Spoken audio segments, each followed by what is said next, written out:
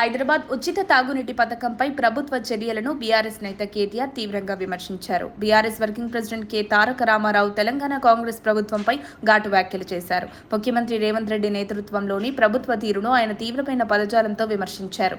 రాష్ట్రంలోని రైతులకు సాగునీరు అందించలేని ఈ ప్రభుత్వం ఇప్పుడు హైదరాబాద్ నగరంలో ఉచిత తాగునీటి పథకాన్ని కూడా రద్దు చేయాలని చూస్తుండటాన్ని ఆయన మూర్ఖత్వానికి పరాకాష్ఠగా అభివర్ణించారు.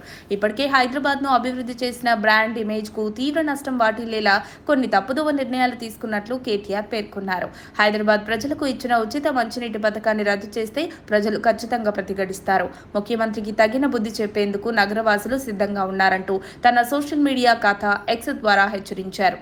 20 నెలల పాలనలోనే 420 హామీలను నెరవేర్చలేక చేతులెత్తేసిన రేవంత్ రెడ్డి ప్రభుత్వం ఇప్పుడు బీఆర్ఎస్ అమలు చేసిన అభివృద్ధి పథకాలను నిలిపివేయాలని చూస్తోందని ఆయన ఆరోపించారు. హైదరాబాద్ నగరంలో 1,20,00,000 మంది ప్రజలుండగా వారిని నష్టపరిచే చర్యలు కాంగ్రెస్ పార్టీకి తీరని మూల్యం తెస్తాయని పేర్కొన్నారు.